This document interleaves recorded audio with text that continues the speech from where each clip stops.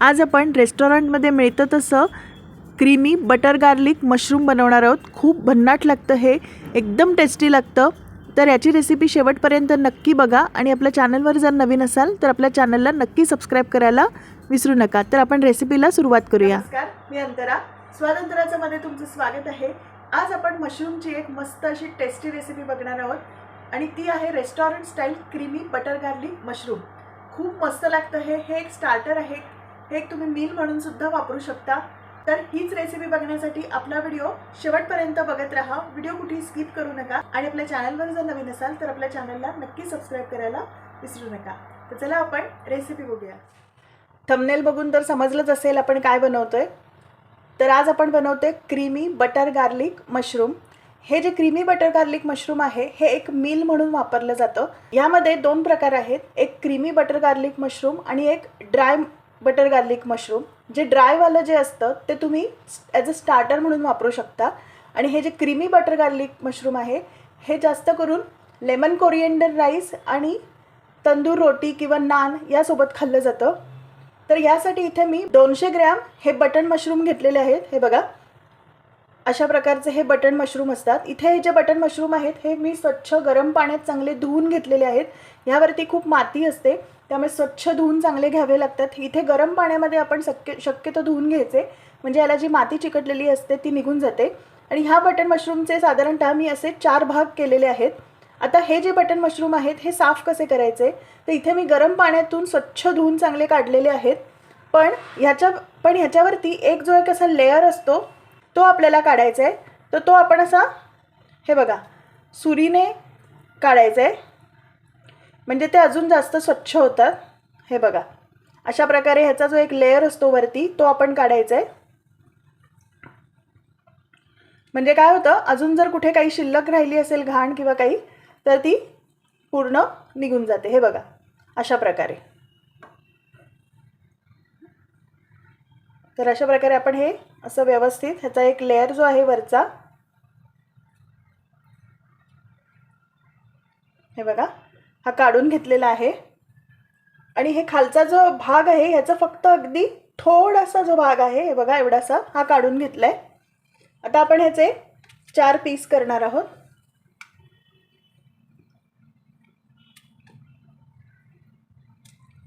हे बघा, अशा प्रकारे आपण इथे ह्याचे प्रत्येक मशरूमचे असे 4 पीस केलेले आहेत। हे बाकीचे जे मशरूम आहेत हे मी स्वच्छ धुवून चांगले घेतले होते, छान क्लीन करून घेतले होते। तुम्हाला मी एक मुद्दामून दाखवला की कसं क्लीन करायचं ते। तर आता आपण बटर गार्लिक मशरूम बनवायला सुरुवात करूया। अगदी सोपं आहे, मुलं नक्कीच आवडीने खातील। हे मुलांना तुम्ही पोळीबरोबर, तंदूर रोटीबरोबर, नानबरोबर किंवा राईसबरोबर कशाबरोबर देऊ शकता। हे जास्त करून लेमन कोरिएंडर राईसबरोबर खाल्लं जातं। जर तुम्हाला लेमन कोरिएंडर राईसची रेसिपी हवी असेल तर मला कमेंट बॉक्समध्ये नक्की सांगा, मी तीही रेसिपी तुमच्याजवळ नक्कीच शेअर करेन।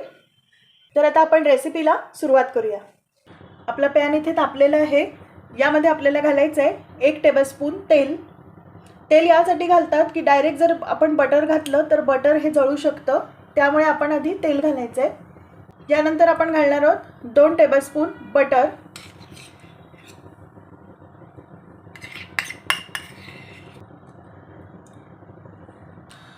आपलं बटर हे मेल्ट व्हायला सुरुवात झाली। यामध्ये आपल्याला लगेचच घालायचं आहे 10 ते 12 बारीक चिरलेली लसूण।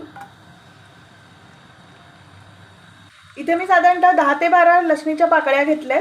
तुम्हाला थोडं कमी करायचं असेल तर करू शकता। आपल्याला हलकं हे परतवून घ्यायचं आहे।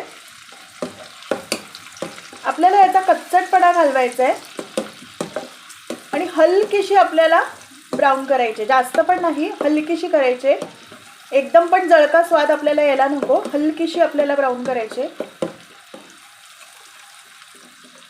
खरंच हे मस्त लागतं एकदम, मुलं नक्की खातील आवडीने। लसूण आपला हलकासा छान असा परतून झालाय। यामध्ये आपल्याला घालायचं आहे 1 बारीक चिरलेला कांदा। हा सुद्धा आपल्याला छान असा परतवून घ्यायचा आहे। आपल्याला कांद्याचा रंग सुद्धा असा भरपूर ब्राऊन करायचा नाहीये, हलकासा ब्राऊन करायचा आहे, जसं आपण लसणीचा पण करणार आहोत।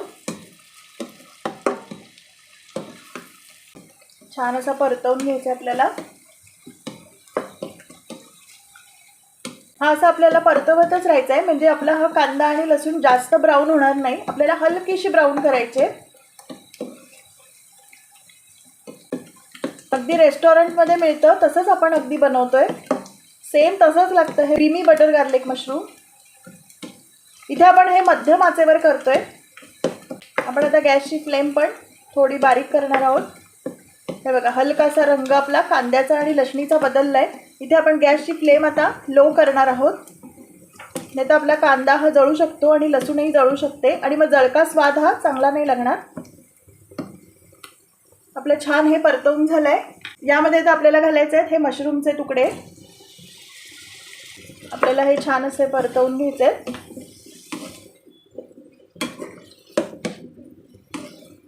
गॅसची फ्लेम ही बारीक ठेवायचे.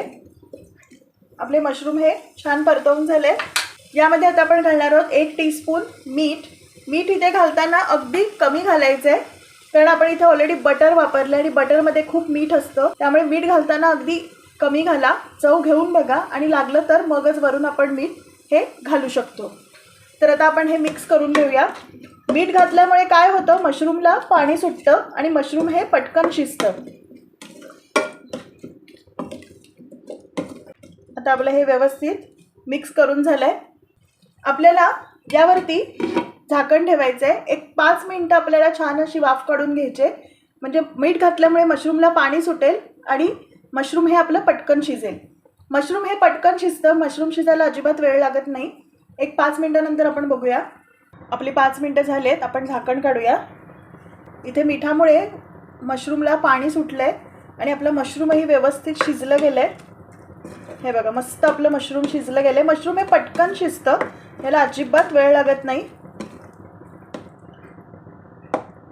हे बघा किती पटकन शिजलं गेलं आहे.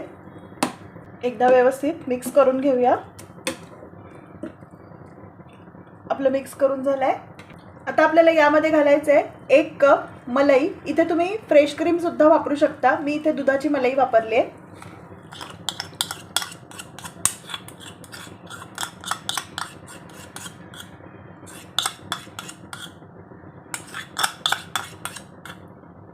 यानंतर घालायचं आहे 1 टेबलस्पून पिझ्झा सीझनिंग किंवा ऑरेगानो असेल तर ते पण घालू शकता. 1 टेबलस्पून चिली फ्लेक्स आणि 1 टेबलस्पून मॉझरेला चीज. हे ऑप्शनल आहे, नको असेल तर नाही घातलं तरी चालेल आणि चव खूप मस्त येते. आता आपण हे सर्व मिक्स करून घेऊया.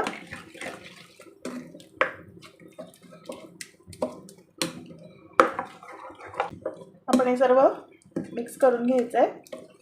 हळूहळू हे घट्ट व्हायला लागेल.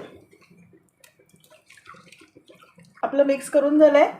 यामध्ये घालायचं आपल्याला 1 टेबलस्पून कॉर्नफ्लॉवर किंवा तुम्ही इथे मैदा पण घालू शकता आणि बारीक चिरलेली कोथिंबीर.